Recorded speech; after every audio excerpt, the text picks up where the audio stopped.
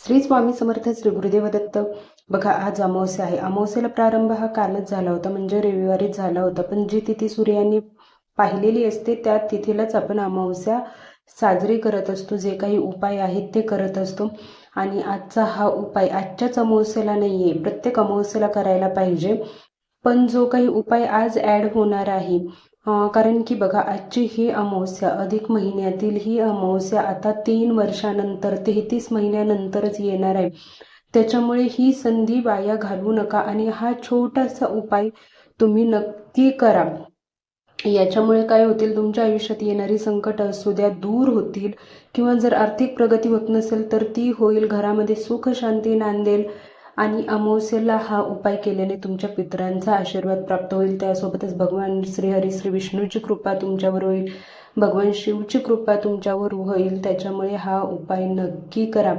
उपाय काय आहे, कसा करायचा, सर्व माहिती या व्हिडिओमध्ये तुम्हाला मिळेल. त्यामुळे व्हिडिओ शेवटपर्यंत नक्की बघा. बघा, छोटासा उपाय आहे पण तुमच्या जीवनामध्ये खूप मोठे बदल घडतील. त्यामुळे हा उपाय नक्की करायचा आहे. आणि उपाय काय आहे तर दिव्याचा उपाय. दिवा खरंच घरामध्ये खूप जास्त प्रमाणात सकारात्मकता पसरवत असतं.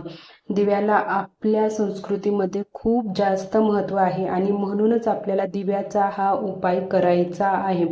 बघा, दिवाळीला देखील आपण एवढी लाइटिंग करतो तरी देखील दिवे लावतो, कारण की दिव्यामुळे घरामध्ये माता लक्ष्मीचा वास राहतो. भगवान विष्णू आपल्याकडे आकर्षित होतात, माता लक्ष्मी आपल्या घराकडे आकर्षित होते आणि त्यांचा आपल्याला अखंड असा आशीर्वाद प्राप्त होत असतो. म्हणूनच दिव्याला खूप जास्त महत्त्व दिलेलं आहे. आणि म्हणूनच आज संध्याकाळी आपल्याला 3 ठिकाणी दिवा न विसरता लावायचा आहे. पहिलं म्हणजे पिंपळाच्या झाडाखाली. पिंपळाच्या झाडाखाली आपल्याला दिवा लावायचा आहे. बघा, पिंपळामध्ये पितरांचा वास असतो, भगवान श्रीहरी श्री विष्णूंचा वास पिंपळामध्ये असतो. त्याच्यामुळे आज पिंपळाला आपल्याला दिवा लावायचा आहे, जेणेकरून त्यांचा आशीर्वाद आपल्याला प्राप्त होईल. फक्त आपला स्पर्श पिंपळाच्या झाडाला होणार नाही याची काळजी घ्यायची आहे.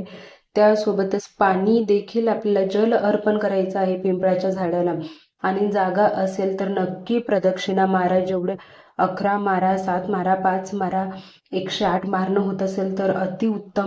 तुमच्या सोयीनुसार तुम्हाला, म्हणजे जितक्या मारू शकता तुम्ही, तुमच्या कॅपॅसिटीनुसार नक्की परिक्रमा घाला पिंपळाच्या झाडाला. हा उपाय तिथे केल्यानंतर तुम्ही प्रार्थना करा, माझ्या घरावर येणारे अडचणी असू द्या, किंवा मग तुमची प्रगती होत नसेल, जी काही तुमची इच्छा असेल, तुम्हाला जे हवं आहे किंवा ज्या संकटातून बाहेर पडायचं आहे ती प्रार्थना करा. आणि मग घरी या. घरी आल्यानंतर देखील आपल्याला एक दरवाजाजवळ, उंबरठ्याजवळ दिवा लावायचा आहे आणि एक तुळशीला दिवा लावायचा आहे.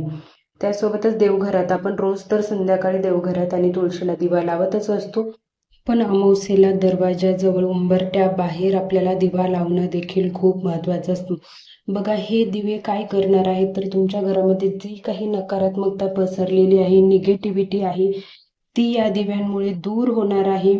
आणि त्यासोबतच दिवा लावल्यामुळे पितृ आपल्याला आशीर्वाद देत असतात, माता लक्ष्मी प्रसन्न होत असते, भगवान विष्णूंचा आशीर्वाद तुम्हाला मिळणार आहे.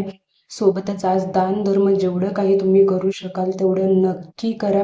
अधिक महिन्याचा हा शेवटचा दिवस आहे. सेवा ज्या तुमच्याकडून राहिल्या आहेत किंवा कोणत्या करायच्या आहेत तुम्हाला, त्या तुम्ही सेवा करा. ओम नमः शिवाय, ओम नमः शिवाय मंत्राचा आज जप नक्की करा.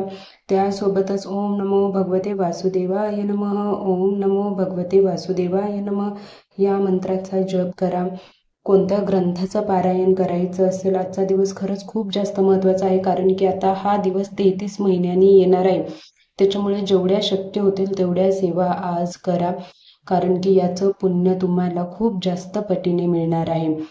व्हिडिओ आवडला असेल तर व्हिडिओला लाईक करा, कमेंट करा. श्री स्वामी समर्थ, श्री गुरुदेव दत्त.